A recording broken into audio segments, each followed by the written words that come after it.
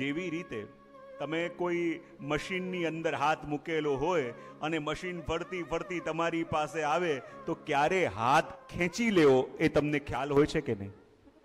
હા કે ના તો પાડો.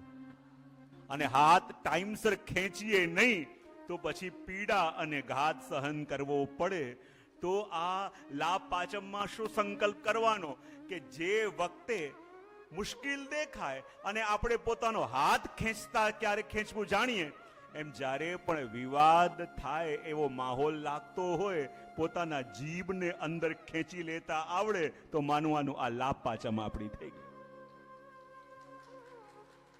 જેવી રીતે ક્યારે હાથ ખેંચી લેવો એ આપણે જાણતા હોઈએ, પણ ક્યારે જીભને પાછી ખેંચી લેવી એ જાણતા હોઈએ તો અમલમાં લાવતા.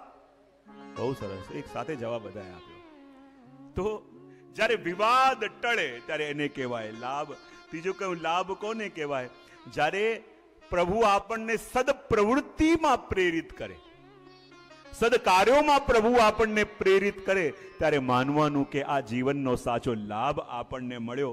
જ્યારે હરિ ગુરુ અને વૈષ્ણવની ટહેલ કરવાનો અવસર મળે ત્યારે માનવાનું કે આ લાભ આપણને મળ્યો. જ્યારે જીવનમાં ધૈર્ય આવવા લાગે ત્યારે માનવાનું કે આ લાભ આપણને મળ્યો. જીવનમાં એમ કહેવાય કે આપણું ગમતું નહીં પણ પ્રભુનું ગમતું જ્યારે મળે ત્યારે માનવાનું આ જીવનનો સાચો લાભ મળે. અને આજે આ લાભ પાંચમના દિવસથી આપણે આ પુષ્ટિ માર્ગના 5 તત્વ એનું રસપાન કરવાના છીએ. અને રસપાન કરવાના છીએ અને જાણવાના પણ છીએ કે પુષ્ટિ માર્ગ શું છે અને પુષ્ટિ માર્ગના 5 તત્વોનું દર્શન કેમ કરવાનું. હું ઘણી વાર કહેતો કે આ આખું બ્રહ્માંડ બન્યું છે તો કેટલા તત્વોથી બન્યું છે? કેટલા એલિમેન્ટથી? કેટલા? 5. કયા કયા?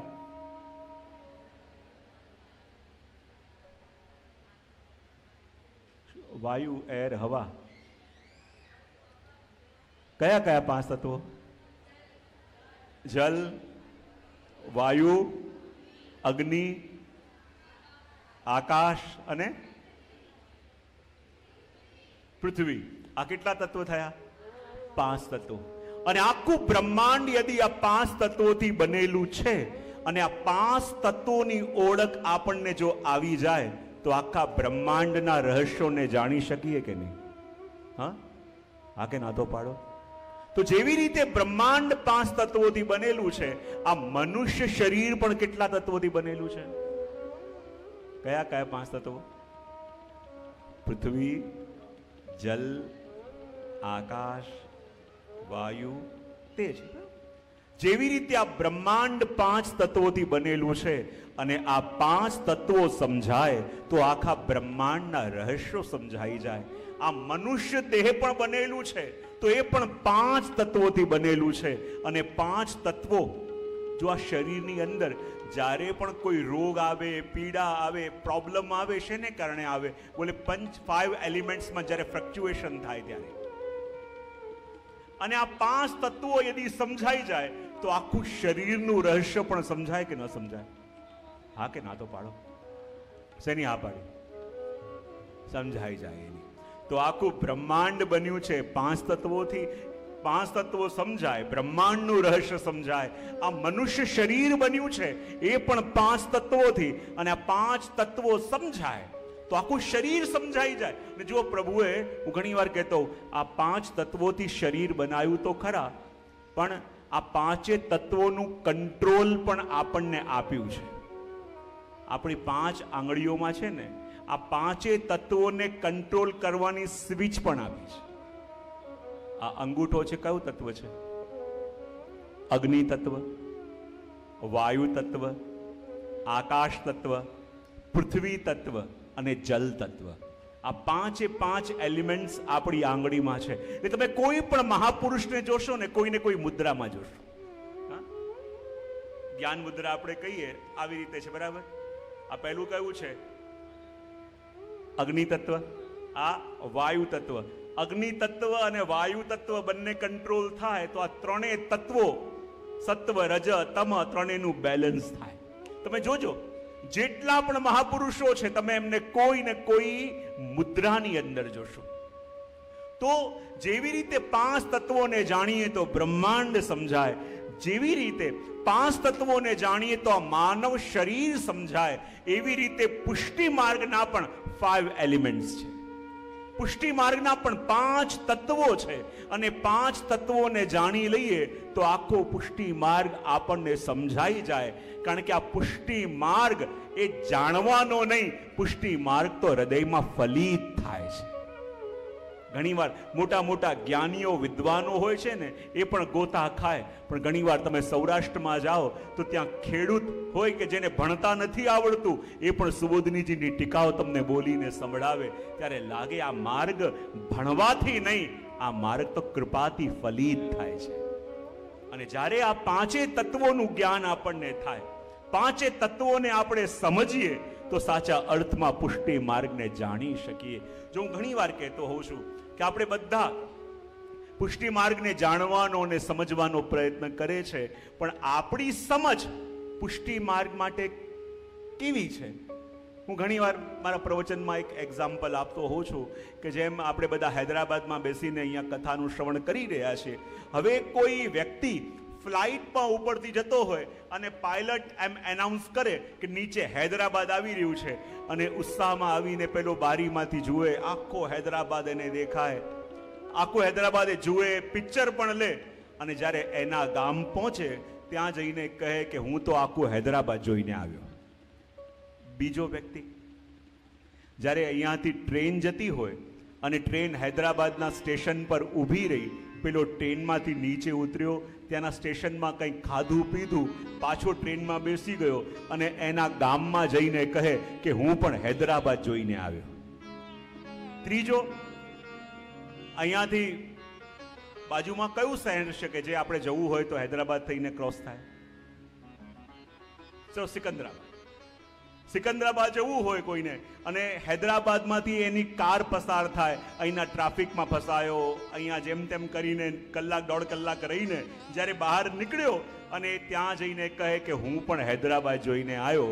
અને ચોથો વ્યક્તિ એ જે અહીંયા આવીને રહ્યો, અહીંના લોકોના સુખ દુઃખને જાણ્યા, અહીંના ઉત્સવોને માણ્યા, અહીંના લોકોના દરેક પ્રસંગોમાં હાજરી આપી અને એ કહે છે કે હું પણ હૈદરાબાદ જોઈને આવ્યો. તો આ ચારેયમાંથી હૈદરાબાદ જોયું કોને કહેવાય? હા, પ્લેન વાળો, ટ્રેન વાળો, કાર વાળો કે જે અહીંયા આવીને રહ્યો એ? હા. તો પુષ્ટિ માર્ગને જાણવા વાળા પણ આ 4 પ્રકારના છે. પ્લેન વાળા પણ છે, ટ્રેન વાળા પણ છે, કાર વાળા પણ છે અને ત્યાં રહેવા વાળા પણ છે. તો આપણે યદિ પુષ્ટિ માર્ગને જાણીએ છે તો આપણી સમજ પુષ્ટિ માર્ગ માટે કેવી છે એ જરા આપણે આઈડેન્ટિફાઈ કરી લઈએ. પ્લેન વાળા કયા? કોઈને પૂછીએ કે તમે વૈષ્ણવ છો? બોલે હા. બોલે ગળામાં કંઠી તો નથી, ઘરમાં સેવા તો નથી, સત્સંગ નથી કરતા, શું કરો છો? બોલે વર્ષમાં 1 વાર નાથદ્વારા જઈને દર્શન કરી આવીએ છીએ. તો એ કયા વૈષ્ણવ? પ્લેન વાળા. એ કહે છે કે અમે પણ પુષ્ટિ માર્ગને જાણીએ છીએ. બીજા ટ્રેન વાળા, ઉતર્યું, ખાધું પીધું, ટ્રેનમાં બેઠા. ત્રીજા કયા? બોલે ટ્રેન વાળા એટલે કયા? જ્યારે દર્શન ખુલેલા હોય કે સત્સંગ થતો હોય એમાં ઇન્ટરેસ્ટ ન હોય, પણ જ્યારે કથા 7 વાગે પૂરી થવાની હોય, 7:30 વાગે પ્રસાદ લેવાનો ટાઈમ હોય અને 6:45 આવે ત્યારે માનવાનું એ કયા? ટ્રેન વાળા. ત્રીજું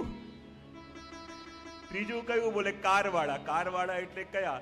બોલે એમને એમ ન આવતા હોય પણ કોઈ સગા સંબંધી જોડાયા હોય, સગા સંબંધી કોઈ મનોરથ રાખ્યો હોય, કોઈ સત્સંગ રાખ્યો, અરે આવો આવો આવો એમ બહુ આગ્રહ કરે તો આપણને લાગે બહુ કહે છે તો એક દિવસ એક સાથે બધાનો અવાજ આવ્યો, બહુ કહે છે તો એક દિવસ જતા આવીશું. તો એ કયા? બોલે પેલા કાર વાળા. અને ચોથા કયા? જેના ઘરમાં ઠાકોરજીની સેવા બિરાજે છે, જે રોજ હાથ પવિત્ર કરે છે, જે રોજ સત્સંગ કરે છે, ભગવદીઓનો સંગ કરે છે અને એ પણ પુષ્ટિ માર્ગ જાણે છે. તો આ ચારેયમાંથી આપણે કઈ કેટેગરીમાં? પ્લેન વાળા છીએ, ટ્રેન વાળા છીએ, કાર વાળા છીએ કે અહીંયા એ પુષ્ટિમાં રહેવા વાળા છીએ? કયા પ્રકારના છીએ? ભલે બોલતા નહીં, સમજી જજો. આ ખાલી સમજવાનું છે. ખાલી સમજી જઈએ તો આપણને ખ્યાલ આવી જાય. ભલે ગમે ત્યાં છીએ પણ પહોંચવાનું ક્યાં છે? બોલે ચોથી કેટેગરીમાં. જ્યારે ચોથી કેટેગરીમાં પહોંચીશું ત્યારે સાચા અર્થમાં આપણે વૈષ્ણવ બનીશું. કારણ કે હું કાયમ કહેતો હોઉં છું કે જો જગતમાં આપણને રોજ બે પ્રકારના લોકો મળતા હોય. કેટલા પ્રકારના? જરા ભાવથી બોલો તો ખરા. બે પ્રકારના. એક કયા? કે જે રોજ આપણને મળે, આપણી સાથે સુખ દુઃખની વાતો કરે, આપણી સાથે બધી પોતાની વાતો શેર કરે. અને બીજા એ જ્યારે એને કામ પડે આપણું, જ્યારે એને સ્વાર્થ હોય ત્યારે જ આપણને મળવા આવે. આ બે પ્રકારના લોકો જગતમાં આપણને મળે કે ના મળે? હા કે ના તો પાડો. હવે તમે રાતે સૂતા હોય અને 2-2:30 વાગે પેલા વ્યક્તિનો ફોન આવે કે જ્યારે સ્વાર્થ હોય કે યા તમારી પાસે રોજ આવતો હોય, રોજ મળતો હોય, તમારા સુખ દુઃખમાં ભાગ લેતો હોય, અને 2:30-3 વાગે એમનો ફોન આવે તો તમે ઉપાડો કે ના ઉપાડો? હા, તમારો અંતરંગ છે, તમને સુખ દુઃખમાં સાથ આપે છે, તમારી જોડે આવીને બેસે છે, ઊભો રહે છે, અને 2:30-3 વાગે એનો ફોન આવે તો પણ તમે એનો ફોન ઉપાડશો? એ કહે કે મને હમણાં બહુ જરૂર છે, બહુ મુશ્કેલમાં છું, તો તમે મદદ કરવા જશો કે નહીં? જશો. પણ એ જ 2-2:30 વાગે પેલા વ્યક્તિનો ફોન આવે કે જ્યારે એને કામ હોય, એને સ્વાર્થ હોય, ત્યારે જ તમને કોન્ટેક્ટ કરતો હોય, એનો ફોન આવે 2:30-3 વાગે, તો તમે નંબર જોઈને શું કરશો? શું કરશો? એમ દક્ષિણના વૈષ્ણવ તો બહુ જાણકાર કહેવાય. કામ પાકું અધૂરું ન રાખે. તમે શું કરશો એનો નંબર જોઈને? શું? ફોન તોડી દેશો? શું કરશો? હા, સાયલેન્ટ કરી દેશો. બહુ સરસ. બીજું? હા, જે પણ હોય. તો જો જે આપણને રોજ મળતો હોય, જેની સાથે આપણે રોજ બેસતા હોઈએ, અને એનો ફોન આવે તો આપણે એનો ફોન પિક કરીશું. પણ એ વ્યક્તિ કે જ્યારે એને સ્વાર્થ હોય અને ત્યારે આપણને ફોન કરે તો એનો ફોન જોઈને આપણે કટ કરી દઈશું કે ઉપાડીશું નહીં. એ પ્રમાણે આપણે પણ પ્રભુને વિનંતી કરીએ અને આપણો ફોન તરત પિક થઈ જાય તો સમજી લેવાનું કઈ કેટેગરીમાં છીએ. અને પ્રભુને વિનંતી કરીએ અને સામે ફોન ઉપડે નહીં તો સમજી લેવાનું આપણે કઈ કેટેગરીમાં છીએ. આપણું આત્મવિશ્લેષણ કરી લેવાનું. આપણે ફરિયાદ તો કરીએ છીએ કે પ્રભુ બધાનું સાંભળે છે, ખાલી મારું સાંભળતા. હવે કેવો અવાજ આવ્યો? ભગવાન દરેકના મનોરથ પૂરા કરે છે, ખાલી મારી ઓર જોતા નથી એવું લાગે તો આત્મવિશ્લેષણ કરી લેવાનું. આમાં પ્રભુને ફરિયાદ કરવાની જરૂર નથી, આમાં આપણી કેટેગરીને બદલવાની જરૂરત છે. અને જ્યારે આપણી કેટેગરી બદલીશું, રોજ સત્સંગ કરતા હોય, રોજ સેવા કરતા હોઈએ, ત્યારે એનું કૃપાનો અનુભવ પણ થાય. તો એ જ આપણે દર્શન કરી રહ્યા છીએ. અને આ પુષ્ટિ માર્ગના 5 તત્વોને જો શોભાવેટીજીનું સુંદર એક ધોળ છે. અને નાનપણથી આપણે પુષ્ટિ માર્ગમાં જે હશે ને એ ધોળ ગાતા પણ આવ્યા છે, સાંભળતા પણ આવ્યા છે. અને એટલા માટે જ જો આયોજકોએ એ છપાવીને દરેકના હાથમાં પણ આપ્યું. દરેકની પાસે છે?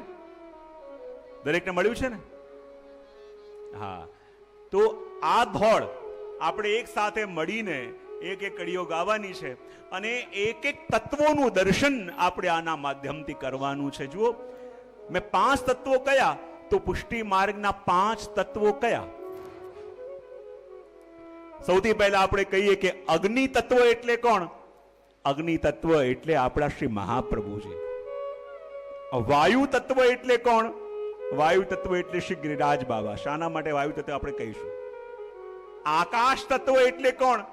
આકાશ તત્વ એટલે આપણા ઈષ્ટ સ્વરૂપ, આપણા શ્રીનાથજી બાબા.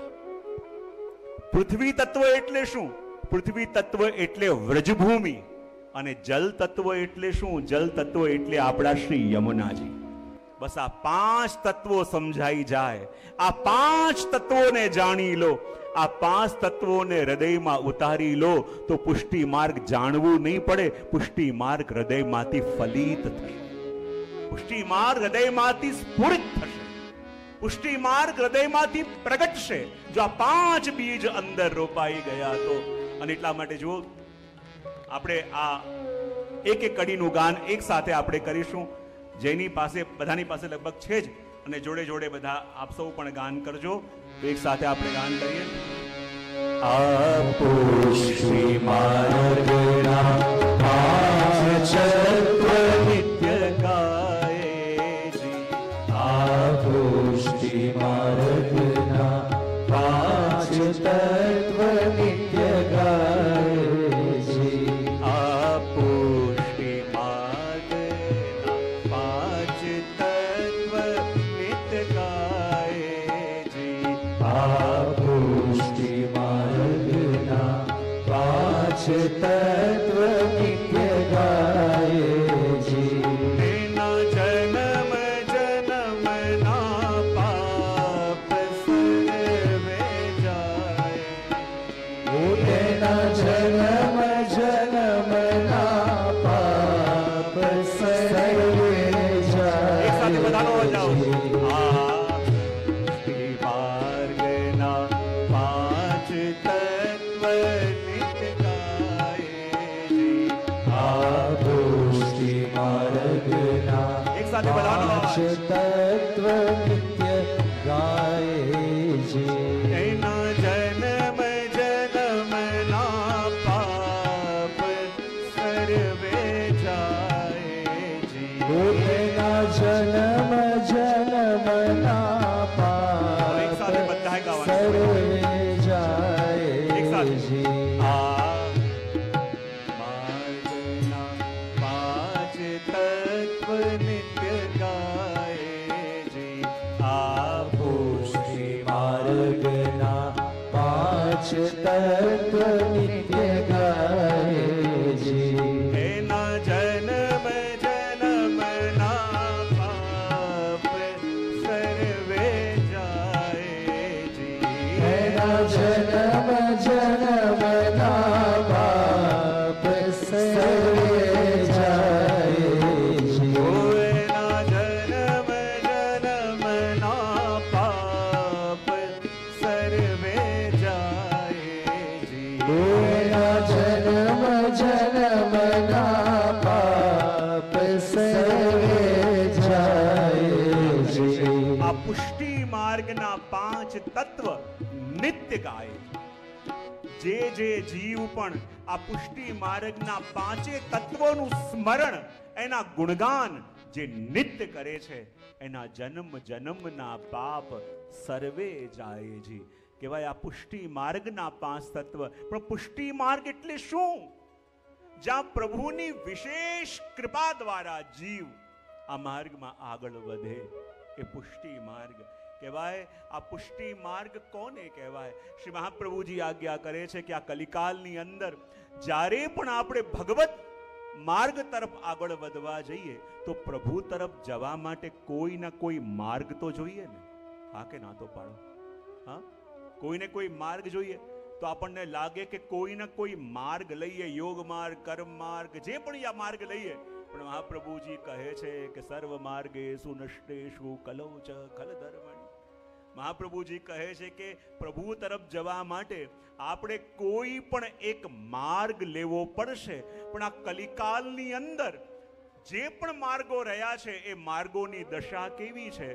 રસ્તો છે એમ દેખાય તો ખરા, પણ આખું બ્રિજ યદિ તૂટેલું ફૂટેલું હોય તો એમાં ચાલીને પાર જવાનો પ્રયત્ન કરશો? હા કે ના તો પાડો. તમને મોટા બે પર્વતો છે અને વચ્ચે એક બ્રિજ છે. તમારે પહેલે પાર જવું છે અને બ્રિજ પર ચાલીને તમે જવા માંગો છો, પણ આખું બ્રિજ એવું છે કે તૂટેલું ફૂટેલું છે ખરા, પણ એવું છે કે ચલાય એમ નથી. એક પગ મૂકો અને બે લાકડા નીચે પડે તો ચાલીને સામે જઈશું? સોરઠિયા વૈષ્ણવ તો બહુ ચતુર, ક્યારે ન જાય, આવા જોખમ ન લે. બરાબર, આપણે ક્યારે ન જઈએ, કારણ કે લાગે છે કે બ્રિજ છે પણ તૂટેલું ફૂટેલું છે તો કોઈ જઈએ નહીં.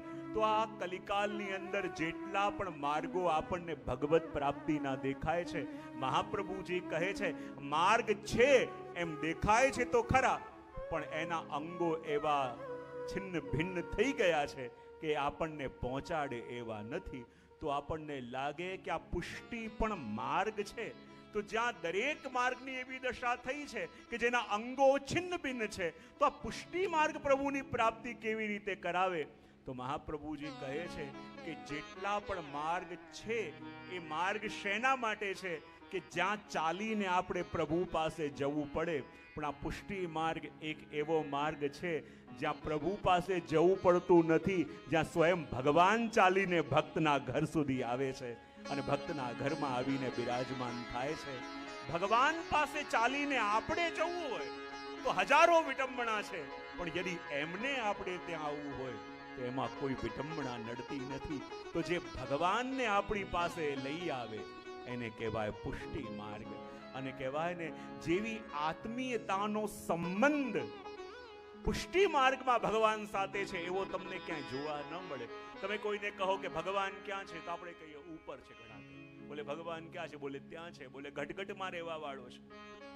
પણ યદિ કોઈ જઈને વૈષ્ણવને પૂછો કે ભગવાન ક્યાં છે, બોલે મારા ઘરે બિરાજે છે, મારી સાથે બિરાજે છે, મારા હાથે આરોગે છે, મારા સાથે વાતો કરે છે. અને જેવી આત્મીયતાનો સંબંધ આ પુષ્ટિ માર્ગમાં શ્રી મહાપ્રભુજીએ પ્રભુ સાથે જોડ્યો છે એવો બીજો ક્યાંય જોડી ન શકાય.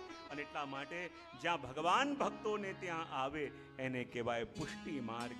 પુષ્ટિ માર્ગ કોને કહેવાય? જ્યાં જીવ પોતાનું સર્વસ્વ ભગવાનના ચરણોમાં સોંપી સમર્પિત થઈ અને ભગવાન માટે, ભગવાન દ્વારા અને ભગવાનને જીવનના કેન્દ્રમાં રાખીને કાર્ય કરે એને કહેવાય પુષ્ટિ માર્ગ. અને જો પુષ્ટિ માર્ગ કોને કહેવાય? હું ઘણી વાર કહેતો હોઉં ને, ઘણા લોકો એટલા માટે ડરતા હોય, બોલે કેમ? બોલે ભગવાન બધાને જુએ છે. ઘણા લોકો ખોટું કામ કરતા માટે અરે ભગવાન જુએ છે, ભગવાન જુએ છે.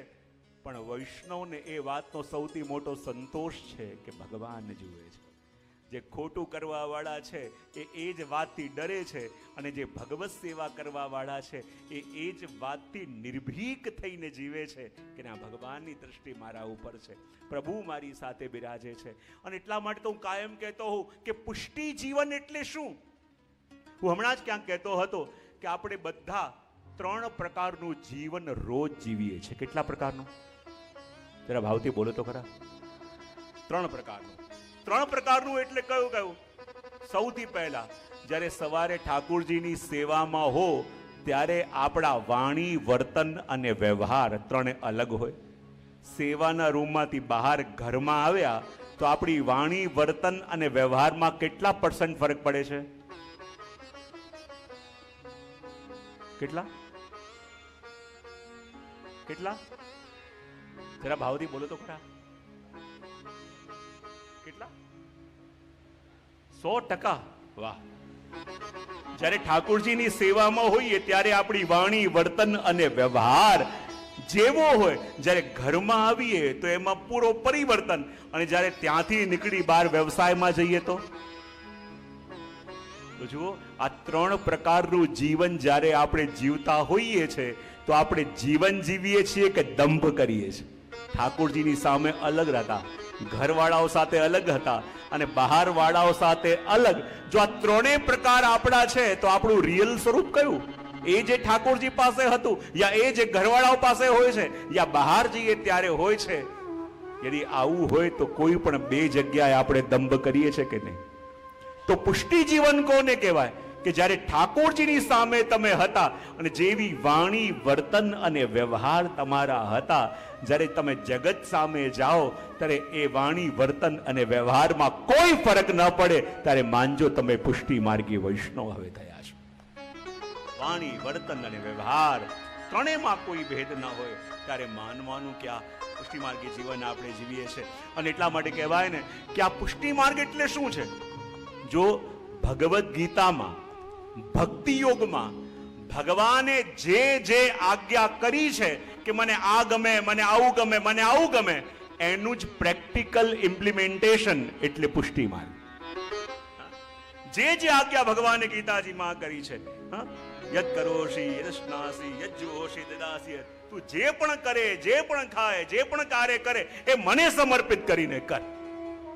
ગીતાજીમાં જે આજ્ઞા ભગવાને કરી છે એનું પ્રેક્ટિકલ તમારે ક્યાંક જોવા જવું હોય તો એ પુષ્ટિ માર્ગ છે કે જ્યાં ભગવાનના એક એક કહેલા વચનનું અક્ષરશઃ ત્યાં જીવનના અંદર કાર્ય થઈ રહ્યું છે. એ પુષ્ટિ માર્ગ માટે કહ્યું કે આ પુષ્ટિ માર્ગના 5 તત્વ નિત્ય ગાય છે. આ પુષ્ટિ માર્ગના 5 તત્વોનું જે નિત્ય ગાન કરે છે એના જન્મ જન્મના પાપ સર્વે.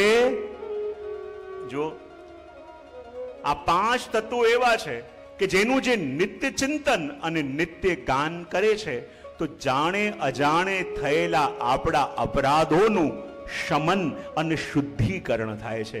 અને જો આ 5 દિવસની જે આ પ્રક્રિયા છે ને એ પ્રક્રિયા શું છે? આપણા અંદરના શુદ્ધિકરણની પ્રક્રિયા છે. કઈ પ્રક્રિયા છે? આ આપણો ઉપચાર છે. કારણ કે આ 5 તત્વો એવા છે કે જેનું સ્મરણ કરીએ તો પણ આપણી અંદર દોષો ન રહે, પણ આપણે તો એનું ગુણગાન ગાવાનું છે. તો પછી આપણી અંદર કોઈ દોષ રહી ન શકે. અને જ્યારે શુદ્ધ થઈએ ત્યારે પ્રભુના યોગ્ય થઈએ. જ્યારે શુદ્ધ થઈએ ત્યારે પ્રભુની પાસે બેસવાના યોગ્ય થઈએ. માટે કહ્યું આ પુષ્ટિ માર્ગના 5 તત્વ નિત્ય ગાયેજી. તમને લાગશે અમારી અંદર તો કોઈ દોષ છે જ નહીં. કારણ કે હું દુનિયામાં ઘણી વાર કહેતો હોઉં ને, 2 પ્રકારના બીમાર હોય. કેટલા પ્રકારના? જરા ભાવથી બોલો તો ખરા. પહેલો બીમાર એ કે જે બીમાર છે અને કબૂલ પણ કરે છે કે હું બીમાર છું, તો એનો ઈલાજ જલ્દી થઈ શકે. કેટલાક લોકો એવા હોય છે બહુ સિરિયસ કેસ, પણ પોતાને બીમાર માનવા તૈયાર હોતો નથી. તો મોટામાં મોટો કોઈ ડોક્ટર આવે તો એ પણ એનો ઈલાજ કરી શકશે? હા કે ના? તો પાડો. સ્વસ્થ થવાની પહેલી ચાવી શું છે? કે કબૂલ કરીએ કે હા રોગ છે, કબૂલ કરીએ કે હા રોગ અંદર આવ્યો છે. અને જે સ્વીકાર કરે કે બીમારી આવી છે એને સ્વસ્થ થવાની સંભાવનાઓના દ્વાર ખુલે છે. તો આપણી અંદર પણ કોઈ ના કોઈ રોગ, તમને લાગશે કે અમને તો રોગ દેખાતો નથી. કેટલાક રોગ એવા હોય જે બહારના હોય, જે આપણને દેખાય, અને કેટલાક રોગ એવા હોય જે અંદર ના હોય, જે બીજા કોઈને દેખાતા નથી પણ આપણને ખબર હોય કે છે. બોલે કયા? યદિ બીજાનો ઉત્કર્ષ જોઈને, બીજાની સફળતા જોઈને, બીજાનો પ્રોગ્રેસ જોઈને મનમાં ઈર્ષા થાય તો માનવાનું કે આ પહેલો રોગ અંદર. બહુ સરસ. બીજું, કારણ વિના બીજાની નિંદા કરવાનું મન થાય છે. કોઈ રીઝન નથી, એને આપણું કંઈ બગાડ્યું નથી, તો પણ સામે હોય તો સારી સારી વાતો કરીએ અને જ્યારે જાય ત્યારે કહીએ બહુ ચગ્યો છે ને પડશે. કારણ વિના કોઈની નિંદા કરવાનું યદિ મન થાય છે તો માનવાનું કે આ બીજો રોગ પણ અંદર. કારણ વિના આપણે કોઈની સાથે સ્પર્ધા કરીએ ત્યારે માનવાનું આ ત્રીજો રોગ પણ છે. ચોથો રોગ, આપણા મનમાં ઘણીવાર એમ થવા લાગે કે આ દુનિયામાં બધા મારું બગાડવાનો ટ્રાય કરે છે, એવું લાગે ત્યારે માનવાનું આ ચોથો રોગ એ અંદર છે. અને 5મો રોગ શું છે? 5મો રોગ એટલે આપણે કારણ વિના કોઈનાથી વેર બાંધી લઈએ ત્યારે માનવાનું આ 5મો રોગ એ અંદર છે. તો આ 5 રોગમાંથી કેટલા રોગ તમને થોડા ફેમિલિયર લાગે છે? આ 5 રોગમાંથી યદિ 3 રોગ પણ દેખાતા હોય તો માનજો આ સિરિયસ કેસ છે. અને 5 દિવસ રાઈટ ટાઈમ, બિફોર ટાઈમ આવીને સાંભળજો, તો જાણે અજાણે જે આ રોગ ઘૂસ્યો છે એ દૂર થશે. અને રોગ દૂર થશે તો એમાં ચાલવાની આપણને હિંમત મળશે. અને જો આ પુષ્ટિ માર્ગ, અને માર્ગ કોને કહેવાય? કહેવાય કે તર્કો અપતિષ્ઠ શ્રુતયો વિભિન્ના અનેકો ઋષિરસ્ય મતમ પ્રમાણમ ધર્મસ્ય મૂલમ નિહિતમ ગુહાય મહાજનો યેન ગતસ્સ પંથા. યદિ ધર્મને આપણે એમ જાણવાનો પ્રયત્ન કરીએ કે હું પોતે શાસ્ત્ર વાંચીને ધર્મને જાણું, તો કહું તર્કો અપતિષ્ઠ શ્રુતયો વિભિન્ના. અમુક વેદના મંત્રો જેની વાત કરે છે, બીજા મંત્રો એ જ વાતનું ખંડન કરે છે, તો આપણે જાણીશું શું? સાચું શું? યદિ ઋષિઓના મત પ્રમાણે જાણવાનું કહીએ તો એક ઋષિ જે કરવાનું કહે છે બીજા ઋષિ એ જ વાતનું ખંડન કરે છે. તો કેવી રીતે કરીએ? તો કહેવાય યદિ ધર્મના પથ પર આગળ જવું છે તો શું કરવું? મહાજનો યેન ગતસ્સ પંથા. જે પથ ઉપર મહાપુરુષો ચાલ્યા હોય, ચાલીને પહોંચ્યા હોય અને પહોંચીને પામ્યા હોય, એ પથ પર આપણે ચાલીએ તો આપણે પણ પહોંચાય. એને જ કહેવાય માર્ગ. અને માર્ગ એ જે મહાપુરુષોએ પ્રશસ્ત કરેલો હોય. કોનું અનુસરણ કરવું એ પણ બહુ જ. મને હમણાં અમેરિકામાં હતા તો એક જગ્યાએ પધરામણી હતી, 2-3 જગ્યાએ. પહેલી જગ્યાએ પધરામણી કરવામાં ગયા, એક બેન આરતી લઈને આવ્યા, બિચારાના હાથમાં પાટો હતો. હાથમાં પાટો હતો. મેં કહ્યું કે શું થયું? બોલે બાજુમાં જ માઉન્ટેન છે તો અમે આખું મારું ગ્રુપ ટ્રેકિંગ કરવા માટે ગયા હતા અને વરસાદ હતો, પગ લપસ્યો અને આ હાથમાં ગિફ્ટ મળી. ત્યાંથી બીજી પધરામણીમાં ગયા તો ત્યાં એક બેન આરતી કરવા આવ્યા, એના પગમાં પાટો. મેં કહ્યું તમને શું થયું? બોલે અમારું આખું ગ્રુપ ટ્રેકિંગ કરવા. તમે પણ એ જ ગ્રુપમાં હતા? બોલે હા, ટ્રેકિંગ કરવા ગયા હતા, લપસ્યા અને પગમાં પાટો આવ્યો. ત્રીજી જગ્યાએ પધરામણી થઈ, ત્યાં બેનના માથામાં પાટો. મેં કહ્યું તમે ટ્રેકિંગ કરવા? બોલે હા જે અમે પણ કરવા. તમે પડ્યા? બોલે હા. તો આ ત્રણે કેવી રીતે પડ્યા? કે ના જે સૌથી પહેલા જેને ત્યાં પધરામણી હતી ને એ અમારા મંડળના પ્રમુખ છે. સૌથી આગળ ટ્રેકિંગ એ જ કરતા હતા. સૌથી પહેલા લપસ્યા એ ને અમને ભેગા લેતા ગયા. તો કહેવાય માર્ગ કોને કહેવાય? કે જ્યાં ચાલીને આપણે પહોંચીએ ને પામીએ ને કહેવાય માર્ગ. અને એટલા માટે અહીંયા શ્રી મહાપ્રભુજી જે પથ આપણને આપ્યો ને જે પથ પર ચાલીને પ્રભુને પામી શકાય એ પુષ્ટિ માર્ગ. અને માટે એક સાથે બધા આ પુષ્ટિ માર્ગના 5 તત્વને